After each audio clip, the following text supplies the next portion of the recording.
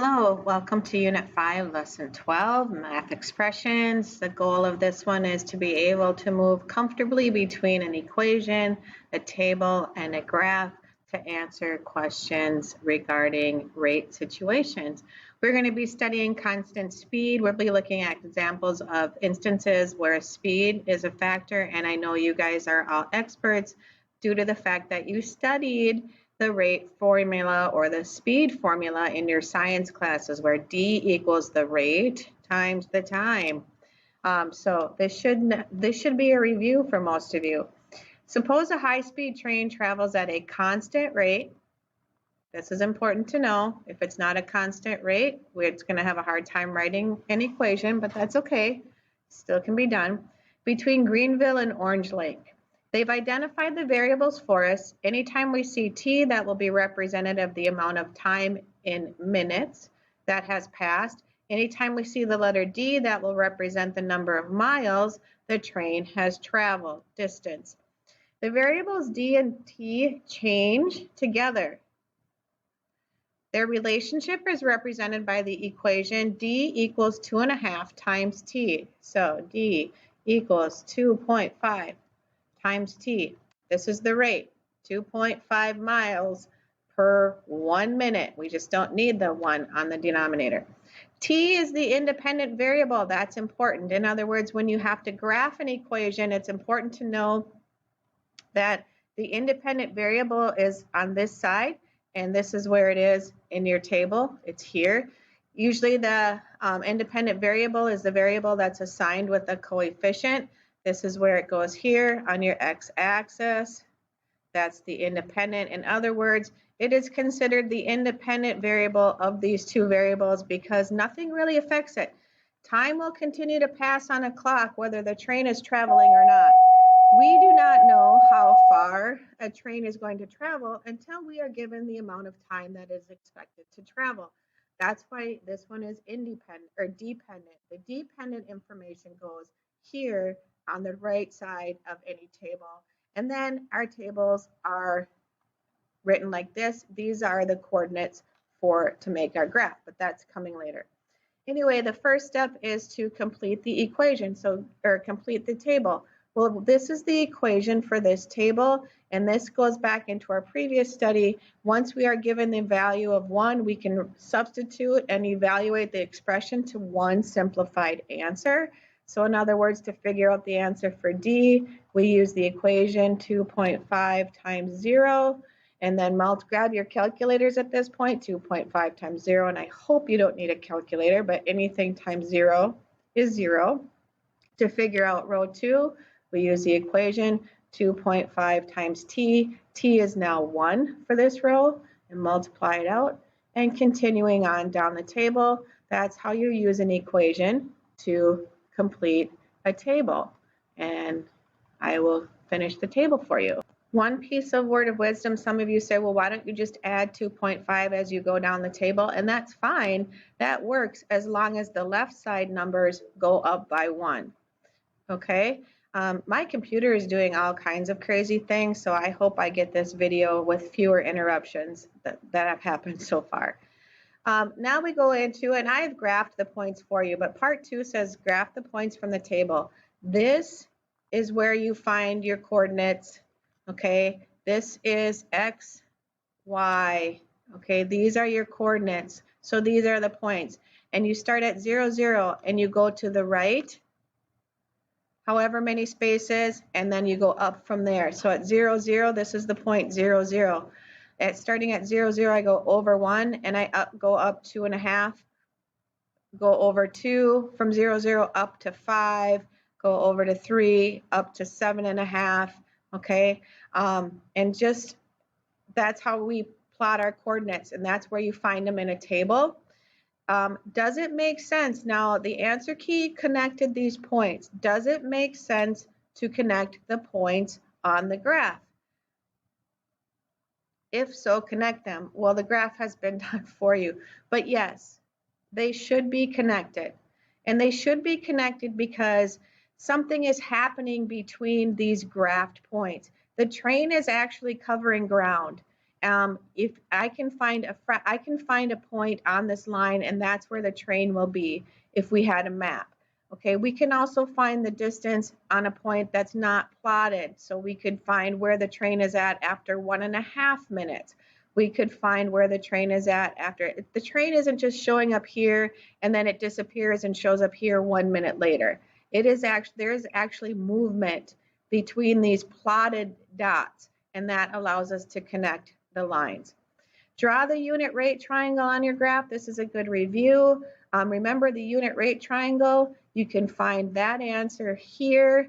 You can find the unit rate when x is 1. And this is your unit rate triangle dimensions. That means you go over 1 and you go up 2.5. And from that point, you go over 1, up 2.5. There's your unit rate means 1. Unit means 1. So I can only go over 1. The base of every unit triangle will have a length of 1. The height of the triangle will ever be what this coefficient is. Remember, coefficient is the number in front of a variable that indicates multiplication. That's where you find your unit rate in an equation. It's this number.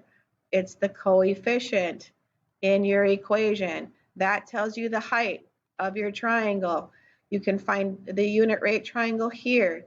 The unit rate is in row where x is 1. What is the speed of the train in miles per minute? You find that. You can go here, find 1 minute on the graph, go up and see where it hits the line. That's 2.5. You can find it here as the coefficient in the equation. You can find the unit rate in the table where the x value on the left side column is 1. This is your unit rate.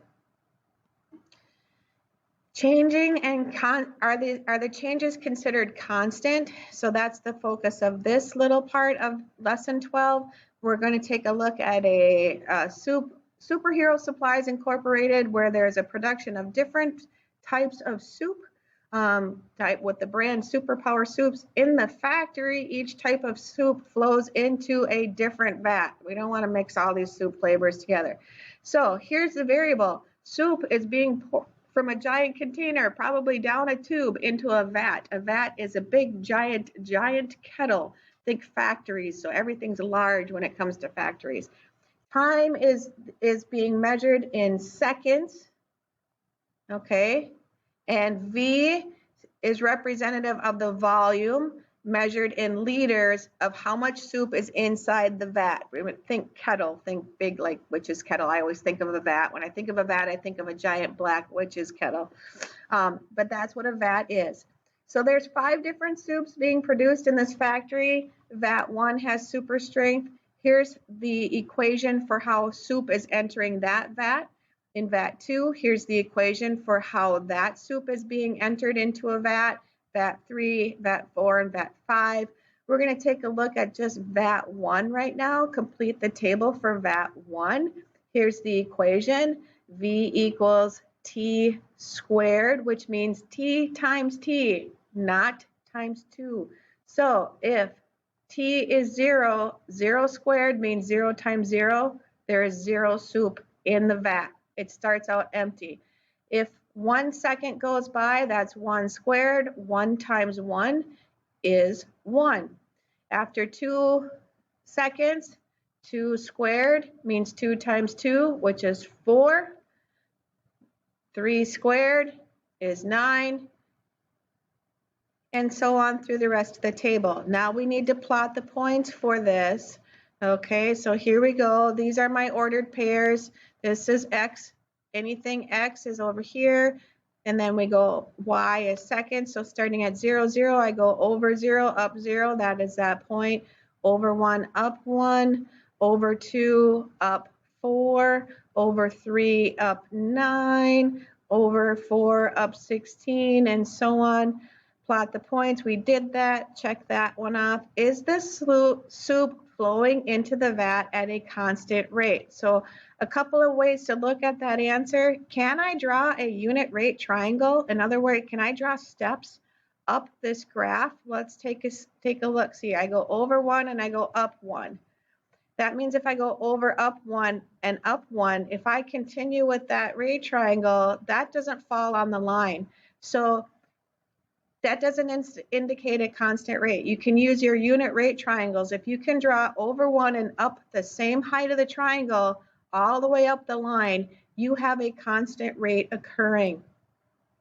Okay, another hint looking at the equation.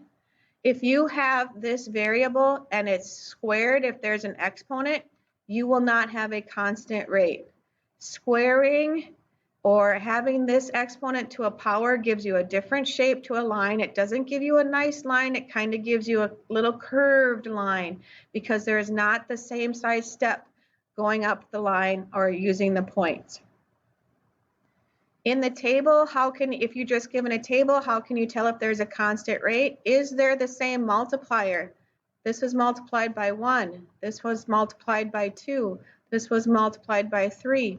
This was multiplied by 4. This is not the same factor here in green, so there is not the same multiplier from left to right going down the table. Therefore, there is not a constant rate in VAT1 super strength soup. Okay, looking at the next two soups, VAT2 and VAT3, they give us the equation for the table. Take a moment, fill in the table if you have it. If you don't, on a sheet of paper, copy the table, copy the equations, and fill in your answers. And let's see if your tables match up to mine. Interesting situation when we have to tell whether the soup is flowing into the vat at a different rate. If I just have the tables or the equations, if I'm looking at VAT number 2, let's see, is there a multiplier? Yep, if I multiply everything by 5, I'm pulling that 5 from here, just not out of the blue. Yeah, I do get the answer, and that goes all the way down the table. So in VAT 2, the answer is yes. And I can double check in the equation, is this variable squared or to a power or to an exponent? It is not. So that kind of is my second option to look at. How about VAT3? Well, if I do multiply by anything here, I should have 0 here, but this is 3. But this is interesting. Look where that 3 comes into play in the equation. Okay, is this going up at a constant rate? This would be, well, plus, as long as this is going up by 1s, if this goes up by the same number, I have a constant rate. Okay, as long as this is going up by 1s, I can use adding, if I'm adding the same number between rows, as long as this is going up by 1s, I also have a constant rate occurring here. This 3, though, might be interesting. Let's take a look at the graph. Okay, continuing, look at the lines for each of these tables. VAT number 2 is right here, makes a nice straight line. VAT number 3, to also verify that I have a constant rate occurring, you can take a look at it. Can you draw a unit rate triangle on each line? Yes, and I'm going to look here to this row over here. In VAT number 2, I have over 1 up 5, and can I go from point to point using that? Yes, I can. Over 1 up 5 gets me to the point on the graph. Over 1 gets me to land on the graph line. Over 1, yep, so that just solidifies that I have a constant rate occurring in VAT number 2. How about VAT number 3? Please take a look at this. This point, 0, 3. Look at where we start. We don't start at the point 0, 0. We start at the point 0, 3. What does that indicate? We'll find out soon.